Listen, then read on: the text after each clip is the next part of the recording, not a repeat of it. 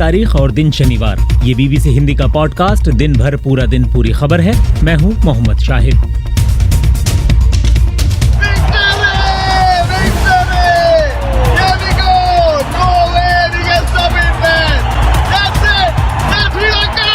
श्रीलंका में आर्थिक संकट से परेशान प्रदर्शनकारियों का राष्ट्रपति और प्रधानमंत्री आवास पर धावा। जानेंगे राष्ट्रपति गोटाबाया राजपक्षे के इस्तीफे से क्या शांत हो जाएगा लोगों का गुस्सा। सिर्फ गोटाबाया राजपक्षे इस्तीफा देने से नहीं लोगों का गुस्सा ठंडा नहीं होगा, वो रनिल विक्रमसिंघे को भी इस्तीफा देना पड़ेगा। विवेचना में आज किस्सा अंग्रेजों को नाको चने चबवाने वाली बेगम हजरत महल का। बेगम ने आखिर तक हार नहीं मानी, वो कैसरबाग में डटी रही। इससे पहले कि ब्रिटिश सैनिक उनके महल में घुसते, वो 15 मार्च 1858 को अपने कुछ समर्थकों के साथ वहां से बच निकलने में कामयाब हो गईं। लेकिन सबसे पहले जान लेते हैं देश और दुनिया के पूरे दिन का हाल।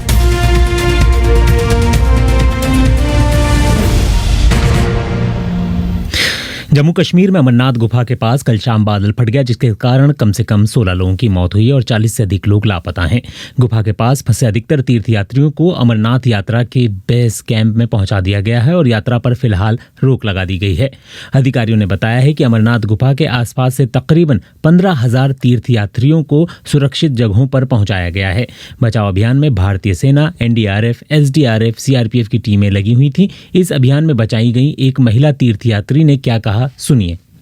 हम लोगों को जिस तरीके से हम लोग को फौजी ने बचाया है, तुरंत बोले पहाड़ की तरफ चिपको चिपको। एक लोगों को हम लोग को बचाया, पहाड़ में समेट करके बचाया। हम अपने आर्मी को सत दमन। समाजवादी पार्टी के संस्थापक मुलायम सिंह यादव की पत्नी साधना गुप्ता का आज निधन हो गया। साधना गुप्ता ने गुरुग्राम के मेदांता अस्पताल में आखिरी सांस ली। पिछले एक हफ्ते से उनकी तबीयत काफी खराब थी। महाराष्ट्र के मुख्यमंत्री एकनाथ शिंदे और उप मुख्यमंत्री देवेंद्र फडणवीस ने आज दिल्ली में राष्ट्रपति रामनाथ कोविंद, गृह मंत्री अमित शाह और बीजेपी अध्यक्ष जेपी नड्डा से मुलाकात की। पत्रकारों से बात करते हुए मंत्रिमंडल विस्तार पर मुख्यमंत्री शिंदे ने कहा कि दोनों पार्टियों के नेता सुप्रीम कोर्ट के आदेश के बाद मुंबई में साथ बैठेंगे। उन्होंने उद्धव ठाकरे के मध्यावधि चुनाव कराने की मांग को खारिज कर दिया। गौरतलब है कि शिंदे की नियुक्ति को ठाकरे गुट ने सुप्रीम कोर्ट में चुनौती दी हुई है। जापान के पूर्व प्रधानमंत्री शिंजो आबे का पार्थिव शरीर आज टोक्यो में उनके घर पर पहुंचा। कल नारा शहर में एक चुनावी भाषण के दौरान उनको गोली मार दी गई थी। जापान के नारा के पुलिस प्रमुख ने बताया है कि पूर्व प्रधानमंत्री को मुहैया कराई गई सुरक्षा में खामियां थीं। पत्रकारों से बात करते हुए तोमोआकी ओनिजुका ने रोते हुए बताया कि आबे के दौरे से एक दिन पहले उनकी सुरक्षा व्यवस्था तय की गई थी। उन्होंने बताया कि चुनावी रैली में पूर्व प्रधानमंत्री के पीछे अधिक सुरक्षा नहीं लगाई गई थी। अमेरिकी विदेश मंत्री एंटनी ब्लिंकन ने इंडोनेशिया में G20 बैठक में अपने चीनी समकक्ष के साथ बातचीत के बाद कहा है कि चीन के रूस के साथ जाने को लेकर उन्हें चिंता है। ब्लिंकन ने कहा, चीन ने यूक्रेन पर हमले के समय तटस्थता दिखाई थी। उन्होंने कहा कि रूस के साफ तौर से किए गए हमले को लेकर कोई तटस्थता नहीं हो सकती है। उन्होंने कहा कि अगर कोई देश रूस के खिलाफ खड़ा नहीं होता है तो यहाँ पर ऐसी दुनिया होगी जहाँ पर कुछ भी सही नहीं हो सकता।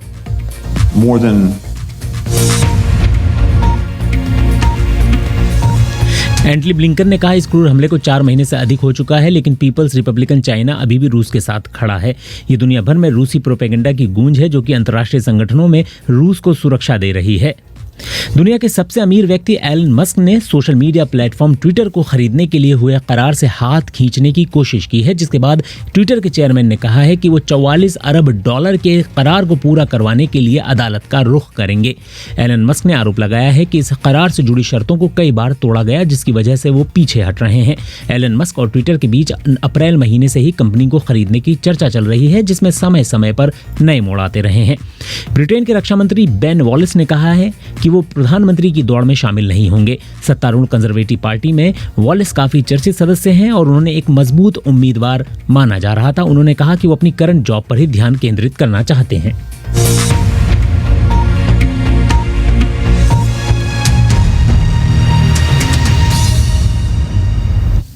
नमस्कार, ये बीबीसी हिंदी का पॉडकास्ट दिन भर पूरा दिन पूरी खबर है। इसे आप बीबीसी हिंदी के फेसबुक और यूट्यूब चैनल पर लाइव सुन रहे हैं। मैं हूं मोहम्मद शाहिद। आज है दिन शनिवार और आज के दिन हम आपको सुनवाते हैं विवेचना। अभी आपने सुना आज पूरे दिन की बड़ी खबरें क्या रहीं। अब आगे करेंगे एक पूरी खबर की पड़ताल।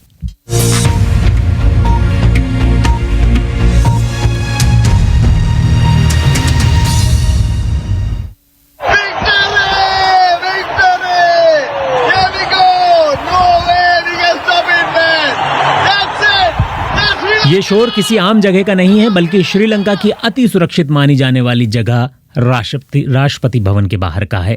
ये शोर तब का है जब हजारों लोगों की भीड़ वहां जमा थी। राजधानी कोलंबो में आज दिन में हजारों प्रदर्शनकारियों की भीड़ राष्ट्रपति गोटाबाया राजपक्षे के इस्तीफे की मांग करते हुए राष्ट्रपति भवन में घुस गई, जिसके बाद प्रदर्शनकारी कभी राष्ट्रपति भवन के स्विमिंग पूल में नहाते नजर आए तो कभी कमरों से लेकर गलियारों तक में घूमते टहलते दिखे। इस घटना का वीडियो सोशल मीडिया पर काफी वायरल हो रहा है और अब से कुछ देर पहले प्रदर्शनकारी प्रधानमंत्री आवास में भी दाखिल हो गए हैं। देश के आर्थिक संकट के प्रबंधन को लेकर प्रदर्शन कर रहे लोगों ने कोलंबो की ओर मार्च किया था। हजारों सरकार विरोधी प्रदर्शनकारी कारों, वैन और बसों के जरिए राजधानी कोलंबो पहुंचे थे। सरकारी अधिकारियों ने समाचार एजेंसी AFP को बताया है कि कुछ लोग तो ट्रेनों को अपने नियंत्रण में लेकर वहां तक पहुंचे। गोटा गो होम के नारे लगाते हुए प्रदर्शनकारी राष्ट्रपति आवास की ओर बढ़ते रहे और उन्होंने कई पुलिस बैरिकेड्स को तोड़ दिया। आखिरकार वो राष्ट्रपति भवन में घुसने में सफल रहे।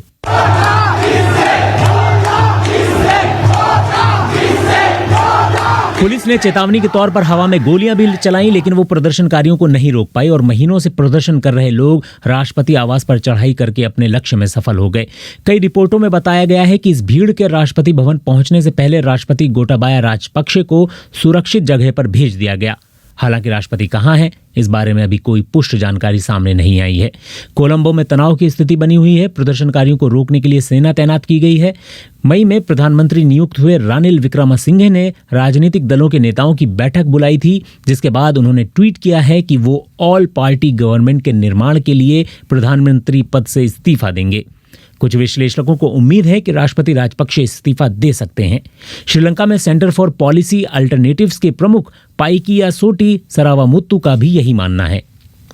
What we have at the present moment is the struggle, the protesters now coming to fulfill their ultimate objective, which was that पाइकियासोमुट्टी सरावमुत्तु कहते हैं कि अब तक संघर्ष कर रहे प्रदर्शनकारियों को अब हम अपने अंतिम उद्देश्य को पूरा करते दिख रहे हैं। उनकी मांग है कि गोटाबाया राजपक्षे राष्ट्रपति पद छोड़ें और वो और उनका परिवार कथित तौर पर चोरी किए गए पैसे को लौटाए। एक तरह से प्रदर्शनकारियों को अब बढ़त हासिल है। उन्होंने एक तरह से राष्ट्रपति को अपनी गिरफ्त में ले लिया है और हमें उम्मीद है कि वो अपने इस्तीफे की घोषणा करेंगे।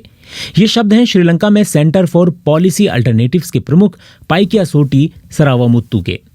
आखिर श्रीलंका में ये हालात कैसे पैदा हुए हैं, यही जानते हैं और इसकी जानकारी के लिए मेरे साथ स्टूडियो में मेरे सामने मौजूद हैं मेरे सहयोगी अभिनव गुप्ता। तो अभिनव, ये बताएं कि इतनी काफ़ी दिनों से चला आ रहा है मामला, बीच में लगता था कि शांत हो गया, फिर से शुरू हो गई है शुरुआत। कहाँ से शुरुआत मानी जाए इसकी? शाहिद, जो श्रीलंका का ये आर्थिक संकट दिख रहा है, ये आर्थिक से ज़्यादा एक मानवीय त्रासदी है जो श्रीलंका अपनी आज़ादी के बाद पहली बार इतनी बड़े पैमाने पर उसको महसूस कर रहा है।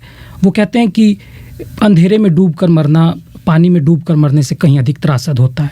तो वैसा ही कुछ हाल श्रीलंका का मुझे अभी लगता है और इसकी एक सबसे बड़ी वजह है कि जो श्रीलंका का विदेशी मुद्रा भंडार है वो ख़त्म हो गया है।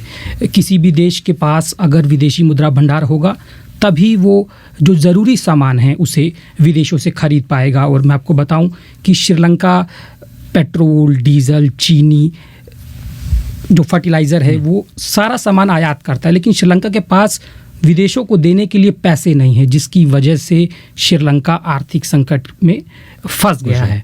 और श्रीलंका को इस साल की अगर बात करें तो करीब $7 करोड़ कर्ज चुकाना है और जो 2026 तक की बात करें तो करीब $26 करोड़ का कर्ज चुकाना है और वो नहीं चुका पा रहा है। और अगर टोटल कर्ज की बात करें श्रीलंका को तो श्रीलंका के ऊपर करीब $51 अरब का टोटल कर्ज है जो वो नहीं चुका पा रहा है। हालांकि कुछ दिन पहले IMF की टीम श्रीलंका में आई और एक रिजोल्व करने की कोशिश की कि किस तरह से श्रीलंका को इस मुसीबत से निकाला जा सकता है।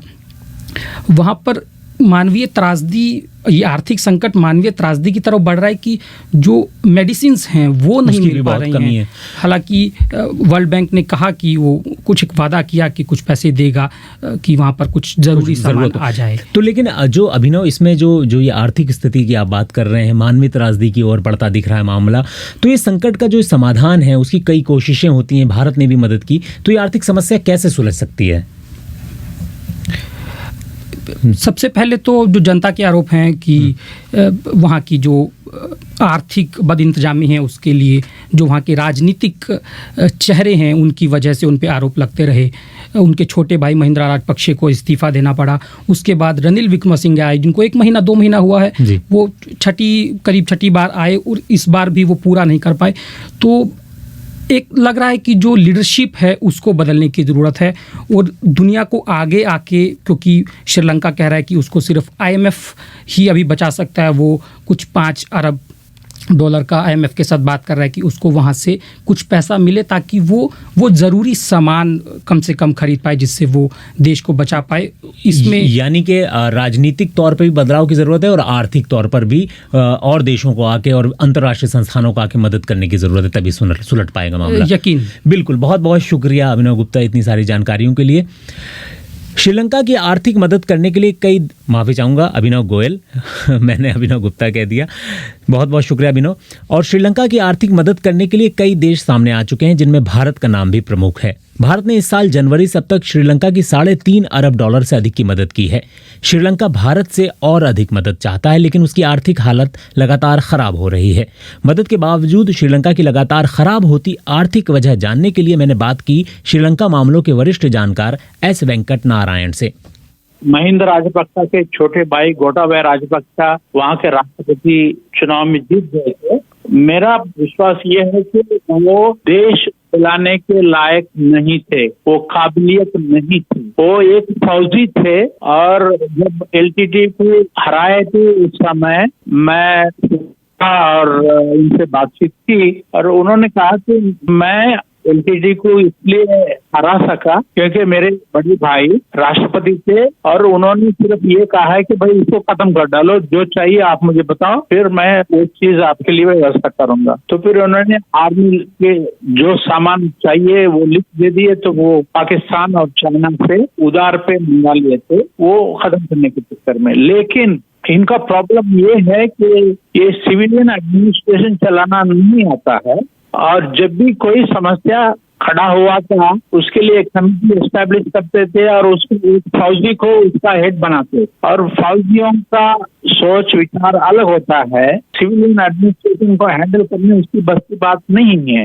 राजपक्षे परिवार एक हवाला देता है कि जो वजह आर्थिक संकट की रही है वो कोरोना को देता है, कोरोना की वजह से वहाँ के टूरिज्म को जो नुकसान हुआ है उसको देता है। क्या सिर्फ और सिर्फ कोरोना को ही दोषी दिया जा सकता है इस पूरे आर्थिक संकट के लिए? नहीं, बिल्कुल नहीं है। बात ये है कि LTTE के साथ जो जंग आया था उसके सिलसिले में अरबों रुपयों का खर्चा हुआ है। फिर जब जंग खत्म हो गया था, रोड्स, एयरपोर्ट और सब किस्म के इंफ्रास्ट्रक्चर का हालत बहुत खराब था, इसलिए इन्होंने प्राइवेट सेक्टर से और सरकार से, IMF से, चाइना से, इंडिया से जो भी उनको लोन देने के लिए तैयार थे उनसे लिए थे और नॉमिनल इंटरेस्ट नहीं था, उनका 4%, 5% इंटरेस्ट देने के लिए भी तैयार थे। तो अब ऐसा हुआ $51 बिलियन का इनका लोन है। तो कोरोना जरूर काफी नुकसान पहुंचाया है, लेकिन सिर्फ कोरोना की वजह से सब हो रहा है कि बिल्कुल मानने के लिए मैं तैयार नहीं हूं। और कोरोना के समय जो डिसीजंस लिए थे गोटाबया राजपक्सा की सरकार, वो भी जबरदस्त बहुत स्ट्रिक्ट रेगुलेशंस थे, लेकिन वहाँ केमिकल फर्टिलाइजर्स को बैन किए थे, उस वजह से एग्रीकल्चर का काफी नुकसान हुआ है। टैक्सेशन भी काफी लोगों के ऊपर कम कर दिए थे, उसके वजह से रेवेन्यू में भी काफी कम हो गई है। ये क्यूमुलेटिव हुआ है। तो क्या इस्तीफा दे देने से, इनके पद से हट जाने से जो लोगों में रोष है, जो गुस्सा है, जो पूरी की पूरी आर्थिक संकट की स्थिति है, क्या ये सब कुछ समाधान हो सकता है? ये कहना मुश्किल है, लेकिन गुस्सा जरूर ठंडा हो सकता है। सिर्फ गोटाबया राजपक्सा इस्तीफा देने से नहीं, रनिल विक्रमसिंघे को भी इस्तीफा देना पड़ेगा। वहाँ या नया चुनाव का व्यवस्था करना चाहिए, नहीं तो सचिन प्रेमदासा जो SJP पार्टी का लीडर है वो सरकार बनाने के लिए तैयार है। फिर एक ऑल पार्टी गवर्नमेंट की जो डिमांड चल रही है अपोजिशन की, सचिन प्रेमदासा को प्रेसिडेंट बना के या प्राइम मिनिस्टर बना के ऐसे सरकार बनाने से लोगों के गुस्सा थोड़ा कम हो जाएगा। अगर वो कितना सक्सेसफुल होगा नहीं होगा ये कहना मुश्किल है, लेकिन वहाँ जितना टेम्परेचर इतना बढ़ा हुआ है उसको जरूर कम हो जाएगा। ये थे श्रीलंका मामलों के वरिष्ठ जानकार एस वेंकट नारायण।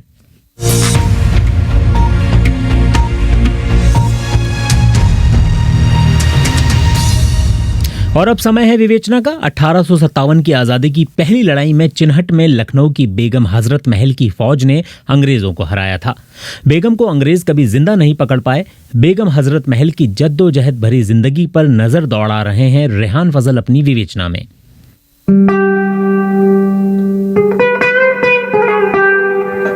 बात 3 जुलाई 1857 की है।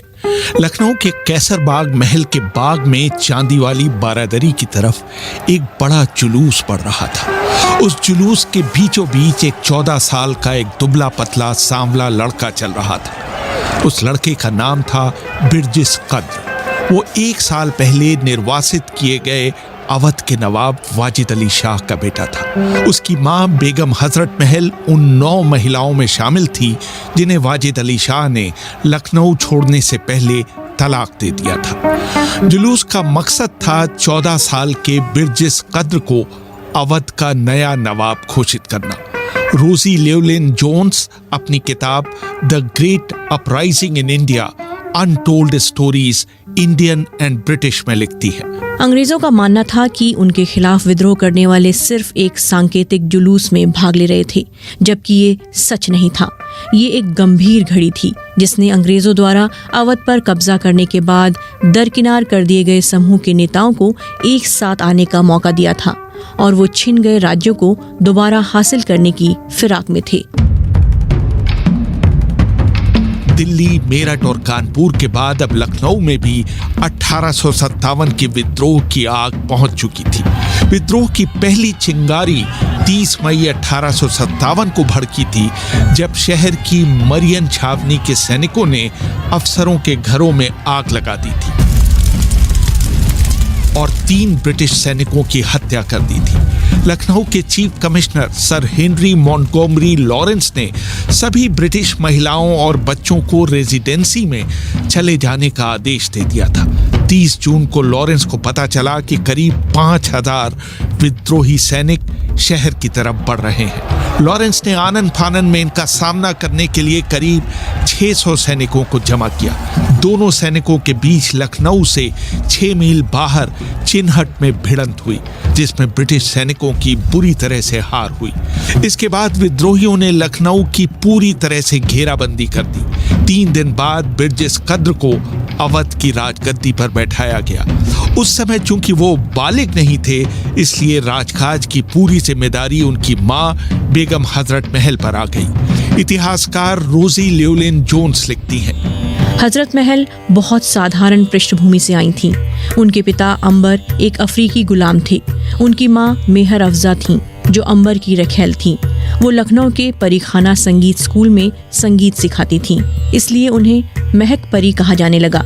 अपनी प्रतिभा या अच्छी शक्ल या दोनों वजह से उन्होंने वाजिद अली शाह का ध्यान अपनी ओर खींच लिया था और वाजिद अली शाह ने मुता के द्वारा हजरत महल को अपनी अस्थायी पत्नी बना दिया था। वर्ष 1845 में उन्होंने एक बेटे को जन्म दिया, जिसकी वजह से उनका रुतबा बढ़ गया और उन्हें महल का दर्जा दिया गया। लेकिन 1850 में भाग्य ने हजरत महल पर मुस्कुराना बंद कर दिया। वाजिद अली शाह ने न सिर्फ उन्हें तलाक दे दिया, बल्कि उन्हें अपने हरम से भी हटा दिया। रुद्रांशु मुखर्जी अपनी किताब अ बेगम and the Rani Hazrat Mahal and Lakshmibai इन 1857 में लिखते हैं, इसका अर्थ ये हुआ कि जब वाजिद अली शाह को लखनऊ से अंग्रेजों ने निकालकर कलकत्ता भेजा तो उनके दल में हजरत महल नहीं थी। अब वो बेगम नहीं रह गई थी। लेकिन जब उनका बेटा नवाब और मुगल बादशाह का वली यानी गवर्नर बन गया तो उन्हें अपने आप बेगम का खिताब दोबारा मिल गया। वो न सिर्फ विद्रोहियों बल्कि आम लोगों की नेता भी बन गईं। जैसे ही चिन्हट में अंग्रेज सैनिकों के हारने की खबर फैली, विद्रोही सैनिक लखनऊ पहुंचना शुरू हो गए। अगले 8 महीनों यानी मार्च 1858 तक हजरत महल ने लखनऊ में विद्रोहियों का नेतृत्व किया। इस बीच 3 महीनों तक 37 एकड़ में फैले रेजिडेंसी की घेराबंदी की गई, जिसके अंदर 3000 ब्रिटिश बच्चे, सैनिक, असैनिक, भारतीय सैनिक, उनके समर्थक और नौकर मौजूद थे। एक रिपोर्ट के अनुसार रेजिडेंसी को करीब 35,000 विद्रोहियों ने घेर रखा था। हर दिन उनकी संख्या बढ़ती जाती थी। एक अंग्रेज अफसर जेम्स नील ने लॉर्ड कैनिंग को लिखे पत्र में बताया था, रेजिडेंसी के अंदर हालात इतने बदतर हो गए थे कि लॉरेंस सोचने लगे थे कि वो ज्यादा से ज्यादा 15 से 20 दिनों तक ही विद्रोहियों के सामने टिक पाएंगे।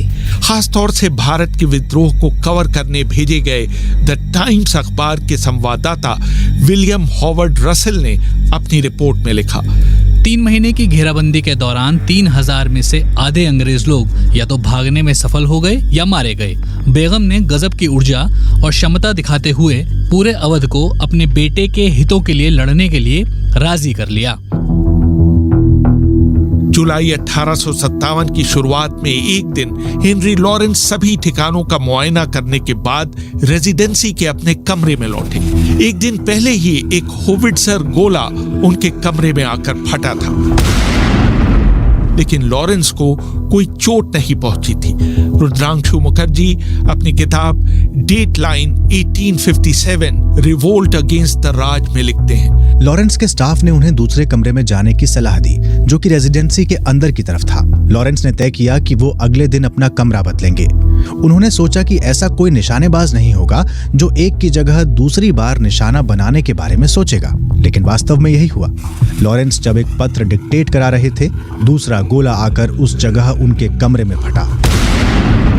हेनरी लॉरेंस बुरी तरह से घायल हो गए। चोट इतनी गंभीर थी कि उन्हें बचाया नहीं जा सका और 4 जुलाई को उनकी मौत हो गई। उन्हें चुपचाप रेजिडेंसी में ही दफना दिया गया और अगले कुछ दिनों तक उनकी मौत की खबर किसी को नहीं लगने दी गई। अंग्रेजों का मुकाबला करने के सारे फैसले बेगम हजरत महल के दरबार में लिए जा रहे थे।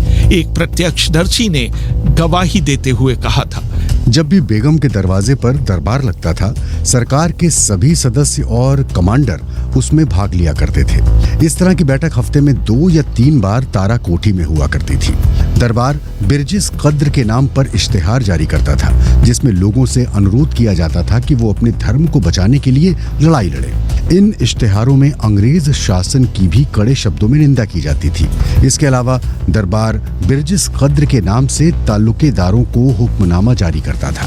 जिस तरह से आम लोग अंग्रेजों का विरोध कर रहे थे, उससे तो यही जाहिर होता है कि इन हुक्मनामों को गंभीरता से लिया जा रहा था और लोगों पर उनका असर साफ दिखाई देता था। विद्रोहियों को पहला झटका तब लगा जब 25 सितंबर 1857 को हैवलॉक और आउटरैम के सैनिक रेजिडेंसी के अंदर घुसने में तो सफल हो गए, लेकिन वो उस पर पूरी तरह से नियंत्रण नहीं कर पाए क्योंकि उनकी संख्या बहुत कम थी। वो अंदर जाकर एक तरह से अलग थलग पड़ गए और उनका अपने साथियों से संपर्क टूट गया।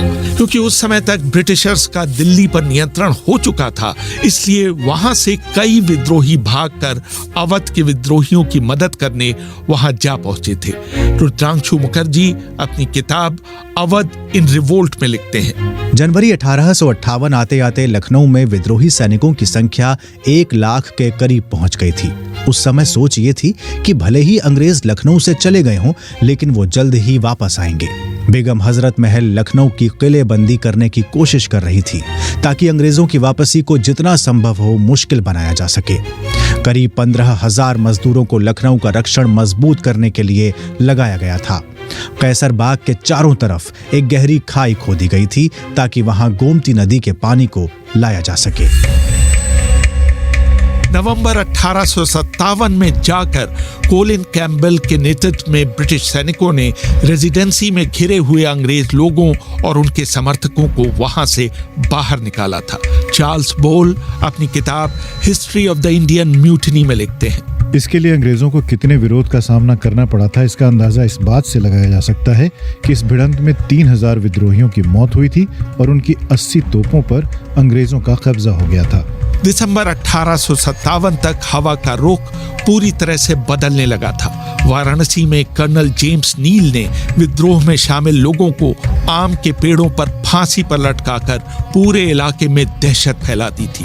इलाहाबाद शहर में आग लगा दी गई थी और लोगों को तोपों के मुंह पर बांधकर उड़ाया जा रहा था।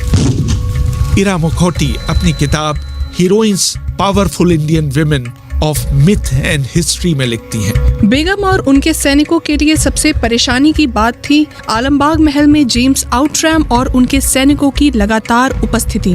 बेगम के सैनिकों ने 9 बार आलमबाग महल पर हमला किया, लेकिन वो अंग्रेजों को वहां से हटा पाने या कानपुर से उनकी सप्लाई लाइन काट पाने में नाकामयाब रहे। ऐसे ही एक हमले में बेगम हजरत महल अपने हाथी पर बैठकर शामिल हुई थीं।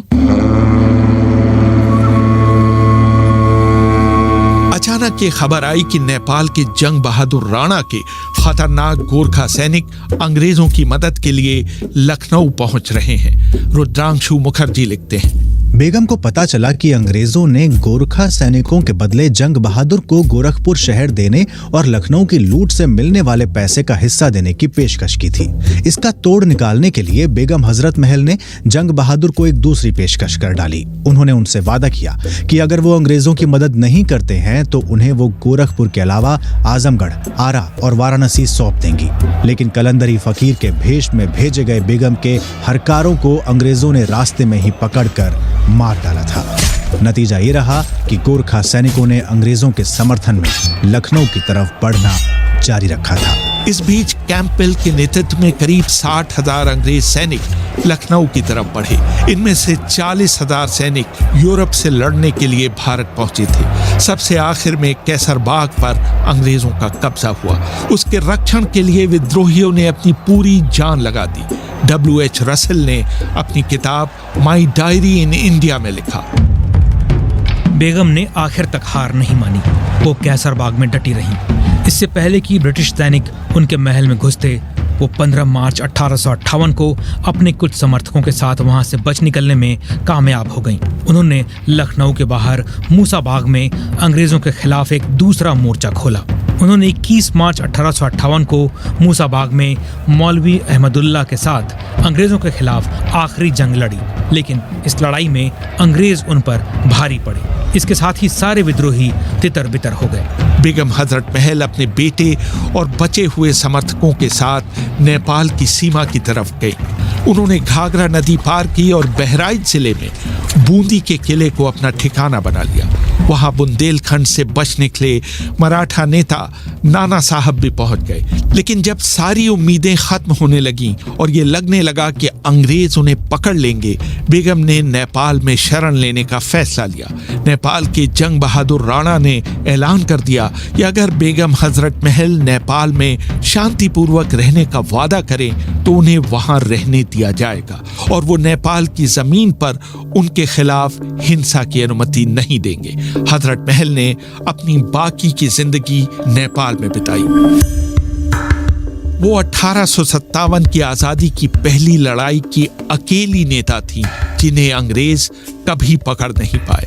इस बीच उनके पूर्व पति वाजिद अली शाह विद्रोह में हजरत महल की भूमिका से काफी नाराज हुए। उन्होंने कर्नल केवेनाक से शिकायत की कि उनको हजरत महल द्वारा उनके नाम का इस्तेमाल किए जाने की कोई जानकारी नहीं थी। वाजिद अली शाह ने अपनी बाकी जिंदगी कलकत्ता के पास मतिया बुर्ज में बिताई। बेगम हजरत महल 1879 तक जीवित रहीं। अंग्रेजों ने आखिर तक उनके वापस भारत आने की इच्छा को स्वीकार नहीं किया। एस.एन. सेन अपनी किताब 1857 में लिखते हैं, अंग्रेजों ने उन्हें भी वाजिद अली शाह की तरह पेंशन देने की पेशकश की, लेकिन बेगम ने उसे ठुकरा दिया। नेपाल में ही उनकी मौत हुई और वहीं उन्हें दफना दिया गया। लेकिन अंग्रेजों से बराबरी की टक्कर लेने वाली इस महिला को इतिहास में वो जगह नहीं मिली जिसकी शायद वो हकदार थी। रेहान फजल, BBC, दिल्ली।